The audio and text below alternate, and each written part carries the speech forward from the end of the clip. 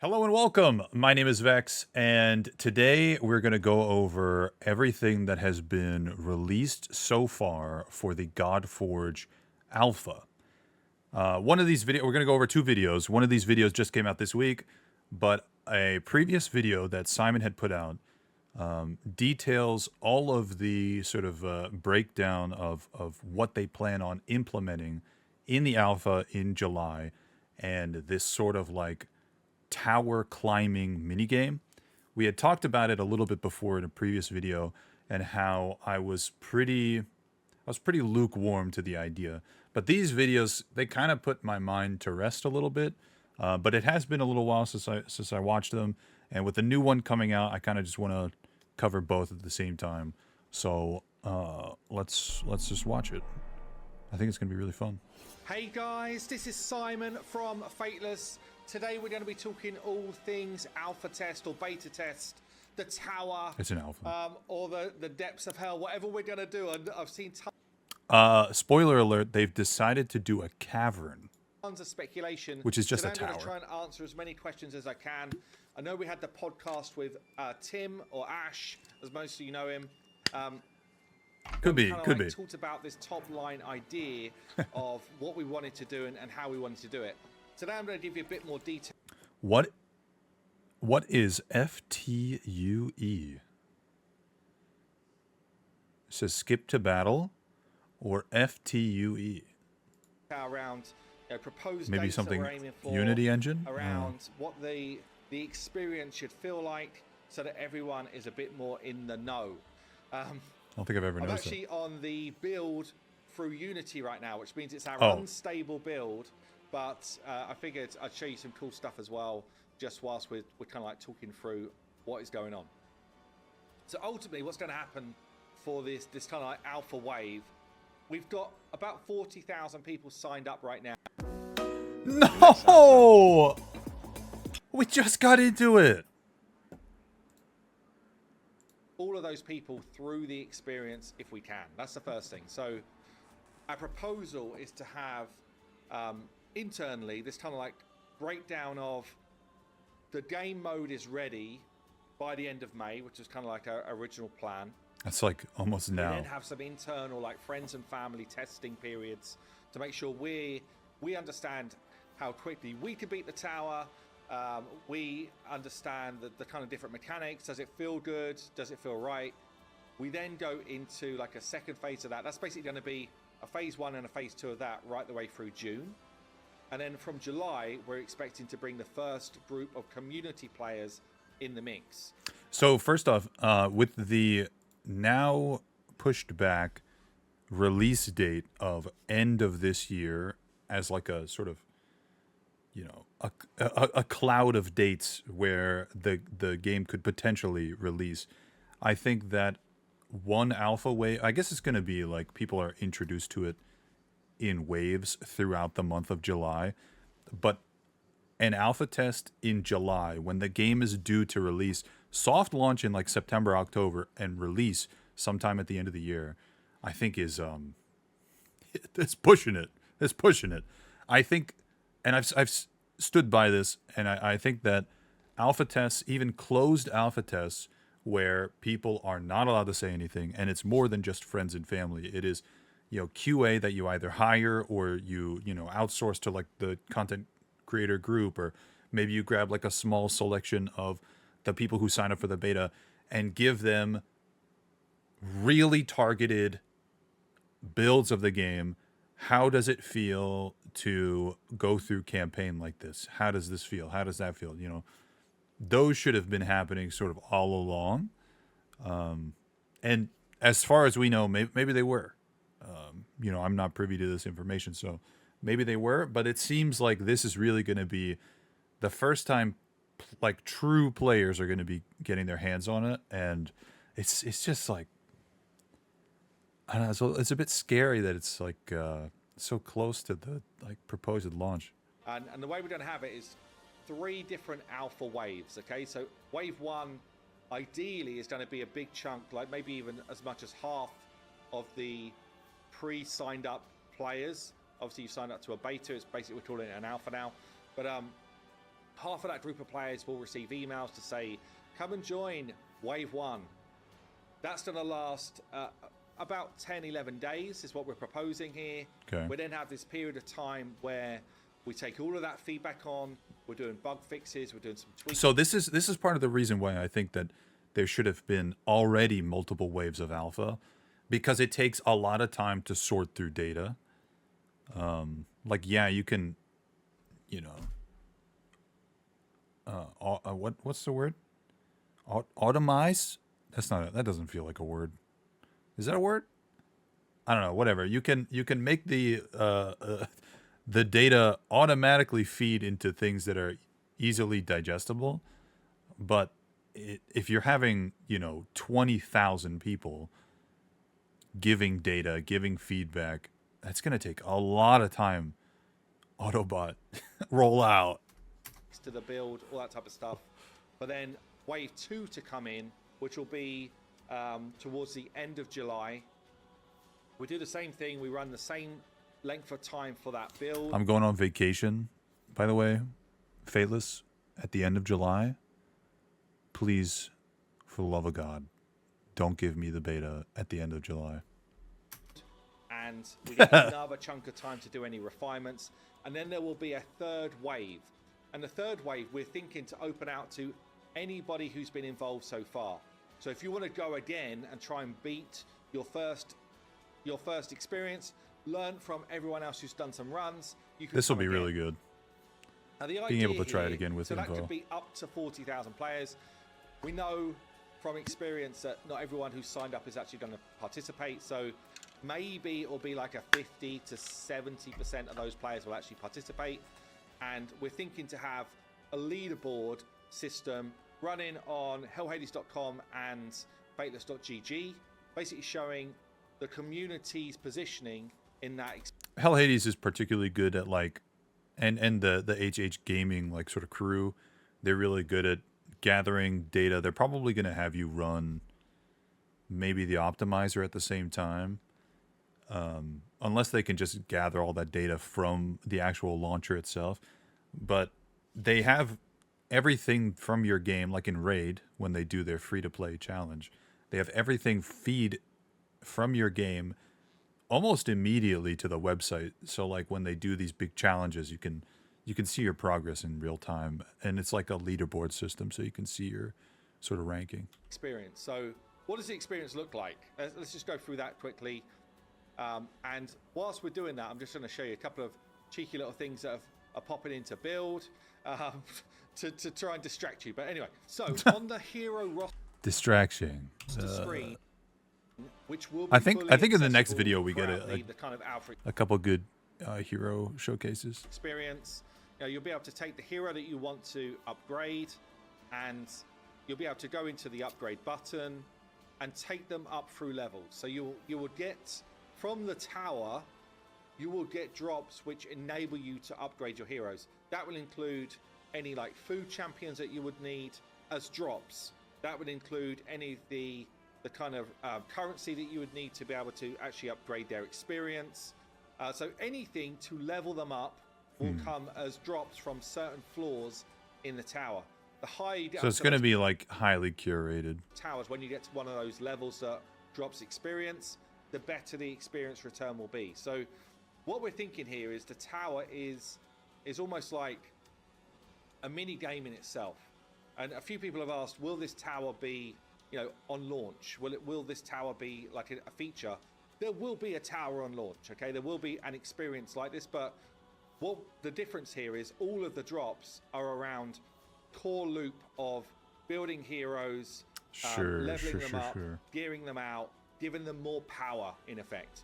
This was my main concern when this was first announced, I guess like a month ago at this point, is the experience that we're going to get in the alpha. Like, clearly, yeah, we're going to get to experience combat and leveling up characters. Like, okay, we know what to expect there. But is the experience of what we're doing going to translate into the main game? And, I mean, there's not much to, like, a tower in terms of, like, it's not groundbreaking. Many games have, like, a tower-like system, so... they just change up the rewards and change up maybe the bosses or whatever, and that's fine. So the full core loop is built on floors of a tower rather than going around all these different areas of the game, which would be the normal experience. So through the tower, you'll be able to get experience. You'll be able to get fodder, champions. You'll be able to get the ability to ascend. All of these things dropping on different floors is what we're thinking. You'll be able to farm, like books to or scrolls for us to be able to upgrade materials. So all of that will be accessible through floors of a tower.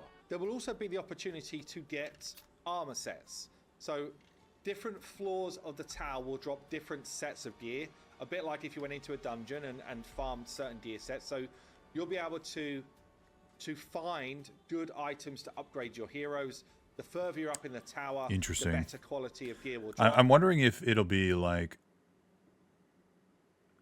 some milestone will happen, like a boss, floor number 10 or whatever, and that boss has the option of dropping like 5 different artifact sets, like gear sets, and you have like a limited amount of energy per day to spend in the farming bit. So you have to decide like, oh hey, do I want to farm here, or do I want to farm in the area that helps me level up my characters, or what? Different floors will have different sets available, so there'll still be that kind of like Turns out I should just shut up. element to the tower, but it'll be over a condensed period of time. Same sort of thing as gear will be weapons. Weapons will drop. Wait, what was that? Simon? Come There'll on. be that kind of like grind element to the tower, but it'll be over a condensed period of time. Same sort of Oh, we've got placeholder gear. thing as gear will be weapons. Weapons will drop probably from mini bosses or bosses because they're a big deal. And again, you could go in. It's your decision whether you're going to farm experience, farm gear. Farm This is literally the weapons. question I just had. All of those things will be in your control to try and progress through the tower as quickly as you can. He's holding his axe like a shake weight.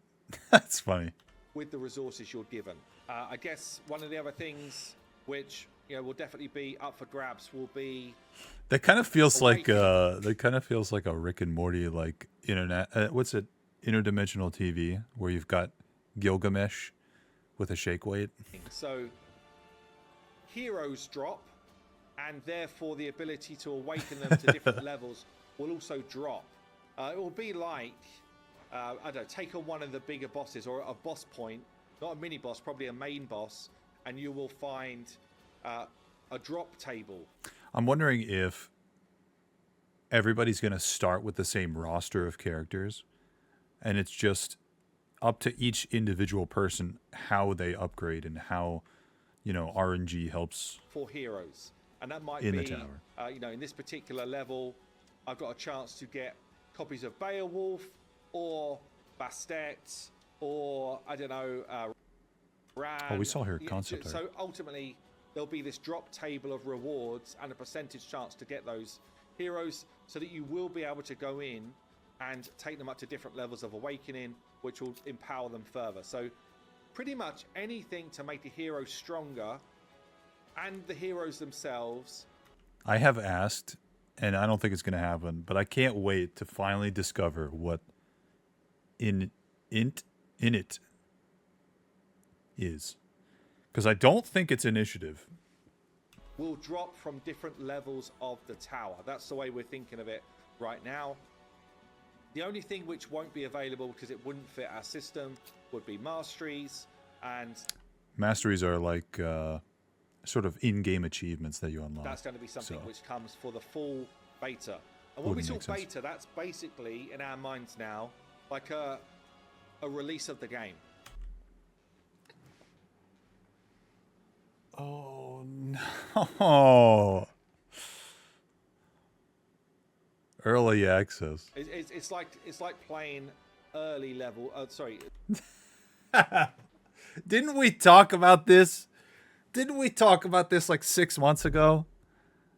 How early access? There's been like so many podcasts that have been like, oh well, how do you define early access? How do you define an alpha, a beta, whatever? And how And so many people who have been guests on the podcast have been like, early access is just like bad for the gaming industry. Like, I get it. I get it. But like, It's like being an early adopter of the game. So our thinking has changed. I mean, I assume that if you participate in that, you're just understanding that there's going to be bugs, whatever, that'll get ironed out by the time it releases, but you're going to maintain the same account. It probably wouldn't reset. With what a beta should be, and it's really from seeing what other games are doing and how they treat it. But a beta will Fortnite. be, a very near to finished version of the game, and that will come a bit later. That's so than we funny. originally planned. So for this experience, there will be a good selection of legendary, epic, rare, common and uncommon heroes. You can see obviously a lot of them already. Oh yeah, this might have been the video we talked about in the Fateless Discord. We talked about Pandora's teeth. Like, Pandora looks so cool and so good, and her box, and like she has this animation where she opens it, but look at her teeth. Together in game, a lot of them are starting to get animated. Oh, is it gonna happen? Stuff. So we want for the experience to be like up. They know about this. And like Simon was poking fun at it too. But like something's going on with her teeth in this animation. Polished. If you feel like your brain No! craves pleasure from lust, What is happening? Of the game, and we're doing a lot of work right now to make sure What that's is that the case for when you advertisement? guys get to play the alpha. So all you'll do is you'll come to like a sanctum screen like this, and pretty much the only things that will be available to you would be like the hero screen that I've just been in, to do all of those things around upgrading your heroes. Okay. And then in the battle screen, the only one that would not be kind of like grayed out would be the tower. Yep. And then you would go in there to complete your content. We're not thinking to have a Godforge because all of the heroes will just come from drops from like a loot table for different levels of the tower. So maybe you start with like a couple of rares, and then you acquire characters from a pool that everybody has access Some to. people have asked, is this going to be like a normalized mode, anything like that? That's not the plan. So the plan is for, because It's meant to be a competition, I think. normalized would mean every hero's got the same stats and the same gear and all that type of stuff. We want you to have the experience to fully customize your heroes, to form different teams, to take on different challenges that we lay out for you. And the feedback that we want is what feels good, which combinations are working really well, which heroes feel really strong, perhaps overpowered, which heroes feel particularly weak. Do you feel like the game experience is flowing nicely for you? Do you feel like the combat works well for you? All of those type of different things are really what we're going to be trying to gain from this. And ultimately, it's very similar, I guess, in terms of all of the things that you'd have accessible to our original plan of the beta, but we're doing it more in this kind of like challenge mode, really to make it more fun and accessible for you guys. Seems fun. In terms of rewards, and a lot of people are asking this as well, what do the rewards look like for participating? So we're thinking right now there will be things like cosmetics which nobody else will be able to get ever again. That's pretty standard. And that could be as simple as for your Like a portrait. for your portrait, a border which no one else could get, or an actual portrait which no one else could get again. So that would be like I would say don't do a we were portrait, because people like to change their portraits, but the border seems fine. the early bird club type of vibe. Or like a sticker you can put on your portrait. So anyone who participates at all, I still use my Heroes of the Storm Alpha portrait. and plays over their period of time for a decent number of the days, would be able to get that. There would be potentially a skin for a hero. We get info on this. One of the heroes that you actually get through the missions. So that could be pretty cool. Again, we're thinking it. I've talked about this before too. Like, I don't think Raid Shadow Legends utilizes skins enough, and I think they're implemented pretty poorly. They're incredibly expensive. They're not cool, and they, like 10 characters have skins. There's so many characters in that game, and so many characters that like people identify with, just put more skins in the game and make them cool and make them not cost an arm and a leg. For it to be And don't tie stats to them like Watcher of Realms. exclusive for people that participate in this event. There would also be almost like a bit of a drop of goodies for people that participated as well for when we actually launch the game. So that could include things like the Aether Crystals, which is our version of Oh, like Summoning an in the in-game game. drop. It Okay. could be like an early level like gear drop. It could be energy, gold to upgrade stuff, like all of those. I would hope that energy is just like tacked on to everything else that's cool. And not like, oh, you participated in beta, here's, 500 energy. Type of softer currencies in the game, plus a little bit of a head start in terms of a few pools, a few champion pools and that type of thing. What we don't want to do though is drop 5 legendaries or something crazy like that, which just means that everybody else is miles behind you at the start. So we're still playing around with what that looks like, but ultimately we want it to be a cool package, and certainly the people that finish higher might get. Honestly, you could have, if the starter characters end up being like particularly useful in the game, you could just have the starter characters get skins that are like, hey, I participated in the alpha. We all have starter characters. Ours just look cooler.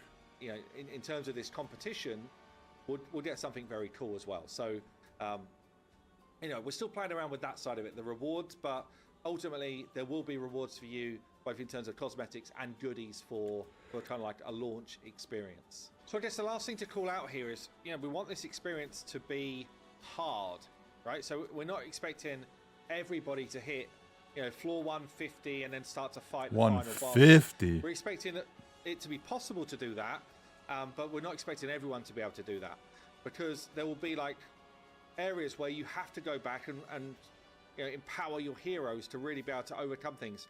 You'll have to pull together the right type of team comps to be able to beat challenges. We want for that to be your experience, so that we can see where players are struggling, where players are finding it too easy. If the beta, or if the alpha has an energy system, I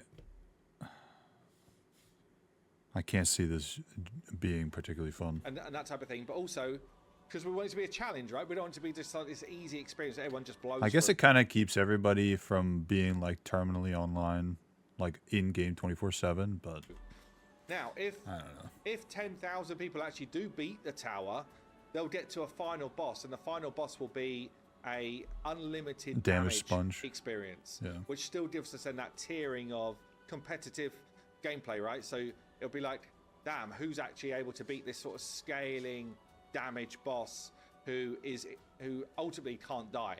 And then it'll be a case of who got the most damage in their runs. And I guess the cool thing is we're only building out features that we need for like the final release anyway. We need that type of boss mechanic that you can get unlimited damage against. We need the tower experience. Anything like drops are just things that happen within our game engine anyway. So there's a whole bunch of stuff we're building here which just needs to happen, right? And we just think this will be a more fun experience and way of kind of like giving you guys that type of gameplay experience. So that's going to be it for this video. If you've got any more questions, literally. Okay, quickly, we're gonna get into the second video and take a look. That one's focused a little bit more on rewards. Let's take a look.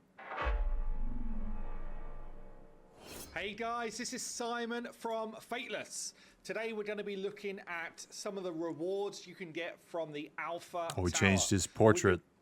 We're working hard actually to get a couple of collaborations going. Energy has also changed. It's now like a bottle. Interesting.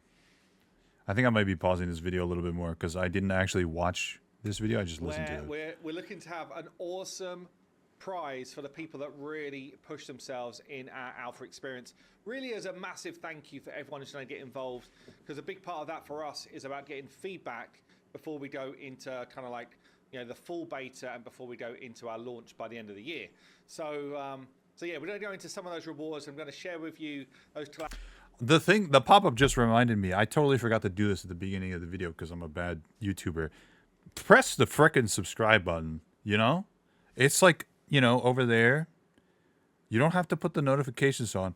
63% of you don't subscribe, but you watch the video.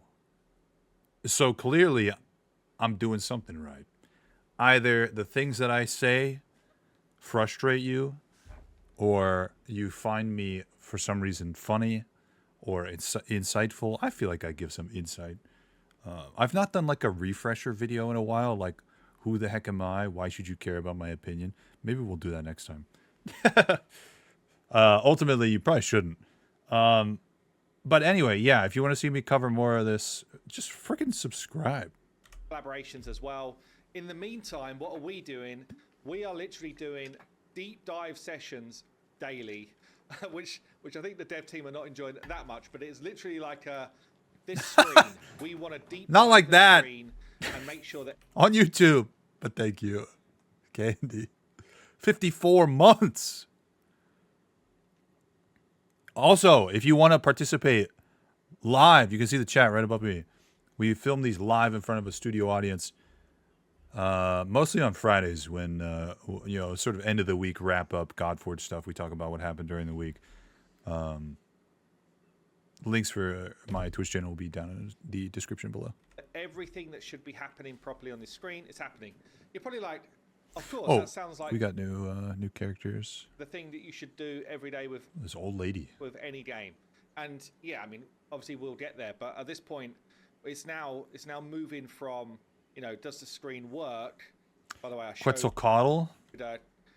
Quetzalcoatl in Discord this week. That actually looks kind of Animated. sick. It's the first time we've seen No, we don't say that anymore. We don't say that. of our kind of like This game, Sucks. you're not ready. long dragons animated. I don't know if the other one is actually already. Let me see.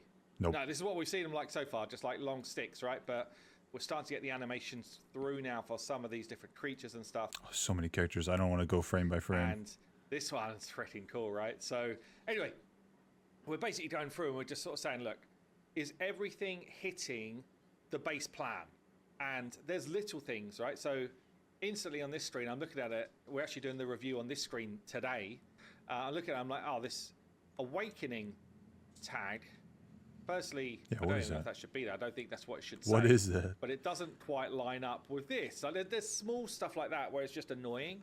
And yeah, just like tweaks which would take someone literally like a couple of minutes. This screen is going to change anyway a decent amount based on what I said in my last video. But yeah, We talked each about of the that different heroes, with you the go to UI this changes. upgrade button. Okay, does this screen work right? Is the hero position? Promote gold. There's also this currency. This like mana potion. Oh. Sure. You could probably use potions or characters to level up your character. Position in the right place. And it is a blue. Yeah, this Quetzalcoatl is a blue, and this is a blue, very much like Raid. And the answer to that is no. They should be further left. Does all of the mechanics Oh my god. we've got around, leveling and promoting our different heroes work?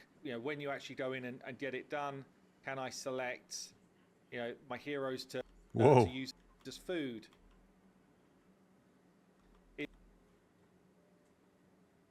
There's Loki again.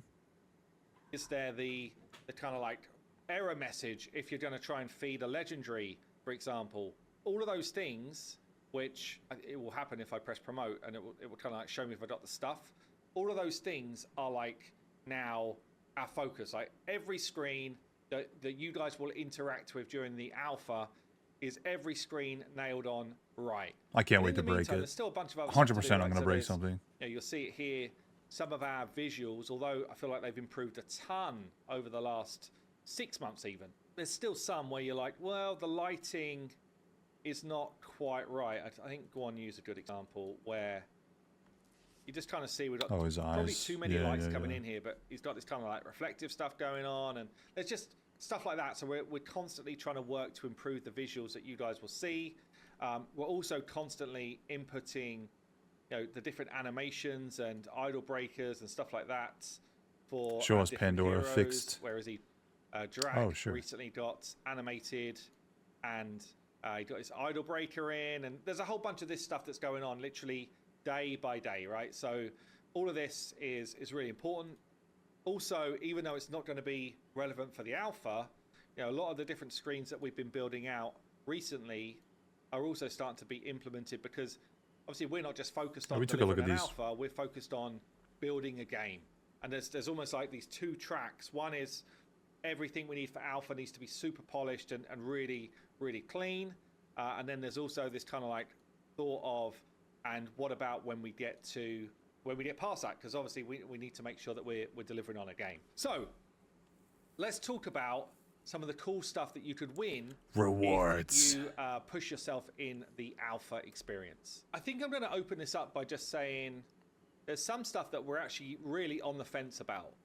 And we've done a number of different kind of like focus groups with some of our kind of like trusted people that we know from a content creator Not me. point of view, and also from players that we've known for a long time in this industry. And the thing that's really, I guess, polarizing people is resources, right? So, for being part of the alpha experience, we want to say thank you for being involved. So things like, some diamonds, some energy, some gold, things like ether crystals, should they be Guaranteed exclusive. So they've kept the idea of there being banners, which I really like. And I see that the AI, this hasn't changed, this special offer thing, but the AI placeholders for these have changed. They kind of look like dragon eggs. part of the reward? Originally, I had this kind of like, I had them as kind of like some of the big rewards, and also things like weapons that you can earn in the game. Should that be a reward? Those type of things. So basically stuff that's going to give whoever's playing a faster start when we get going. That's the one at the moment that it's completely, I guess, it's undecided, and I'm not sure where we're going to go with it, because If there's going to be normalized modes in the game and a competitive, I say a competitive scene, and what I really mean is like PvP in game. I don't mean like specifically something related to like esports, not that kind of competitive scene. But if there is going to be a competitive community, it's going to gravitate towards like the two regions, right? The normalized and the non-normalized. So I don't really understand the, oh hey, your account, we both started on the same day. You played in the alpha, which means you get a better head start in terms of resources. Like what's the hesitation there? Like why do you want these people to not reach further into the game other than you're afraid of them running out of things to do? But if there's seasonal normalized things that doesn't really care about what you have in your account, why not have like, oh hey, you participated in the alpha, you did really well, here's like 10 rolls, sure, whatever. Like, it's not going to boost your account. You're not going to start the game with an account you don't need to play because you've got everything, right? You just like have maybe a little bit of an easier time at the beginning of the game. Like, I don't understand the hesitation in that regard. Like, oh, you start out with 2 million gold or 2 million energy. Like, I don't know what the hesitation is there. It seems there's strange. definitely this train of thought where it's like, look, if I'm going to be supporting on this alpha experience with feedback and playtesting and all that type of stuff, bug reporting, whatever it is, then I feel like I should be rewarded for that. And I kind of agree.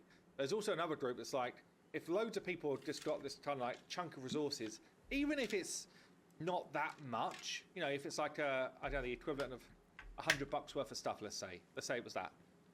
There's still a train of thought to say, I hate the idea of those people starting with an extra chunk than me when this game gets going. Why? Those people who are that upset about that type of thing definitely are tuned in enough to have known that there was a beta. Or if they just happened to, maybe they caught it really late, they hadn't heard about it, whatever, and they started, right as the game launched. Like, again, what does it matter? What does one person who starts with $100 worth of things have above somebody who doesn't? They beat the campaign 2 days earlier or a week earlier. What does that matter? Like, what? There's no consequence. Like, it's not like there's only going to be a PvP mode that your account is tied directly to. And those people are going to shoot to the top of the leaderboards and stay there because they got way ahead and the other people can't get ahead because they can't reach that high. Like, unless there's not going to be a normalized thing, or there's going to be leaderboards that are consequential, like, oh, hey, if you get first place in this, you get these rewards, and they can't compete in that way. Like, if there's no competition where your account matters, at least at first, what does it matter? So they're the things which are kind of like we're not sure about. The things which we are sure about. So things like a kind of like portrait, which is only going to be possible to get through doing this alpha.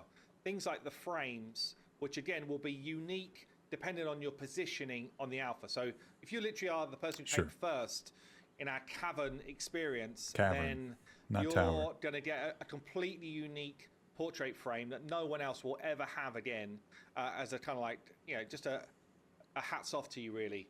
Some achievements which will never be achieved again, which you could have when someone comes and spectates you. Feats of strength. So those type of things we know we're definitely going to do.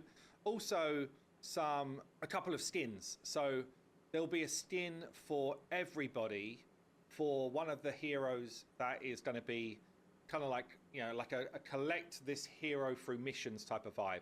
And there'll also be quite exclusive skin for another hero of that type of, possible to get them through questing for like the top 100 players. So those things we're definitely going to do. Now, this is where it gets kind of sexy, really. We have teamed up with Squidmar. Now, Squidmar's one of the people in the miniatures sure.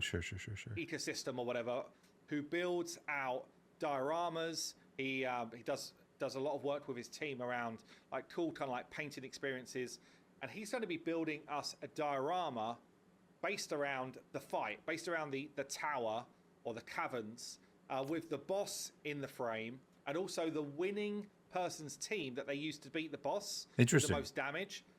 Those heroes will be within the diorama, basically fighting the boss. That's kind of cool. Which is super sweet.